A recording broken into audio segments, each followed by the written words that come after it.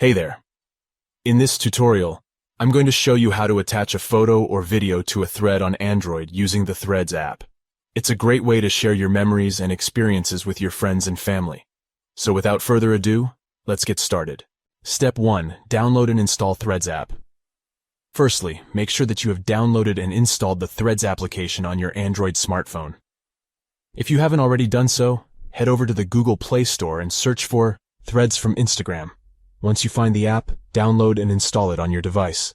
Step 2. Log into Threads app. Now that you have installed the app, open it up and log in using your Instagram account details. You'll be prompted to grant the app certain permissions, such as access to your camera and microphone. Make sure you grant these permissions so that you can use the app's features. Step 3. Start a new thread. To attach a photo or video to a thread, you'll need to start a new thread. To do this, choose from down below the plus icon to start a new thread. Step 4. Press the attachment icon. Once you've started a new thread, press the attachment icon that appears at the bottom of the screen. The attachment icon looks like a paperclip. Step 5. Choose from your gallery. You'll then see a list of options for attaching things to your thread. Choose Gallery to select a photo or video from your device's media library.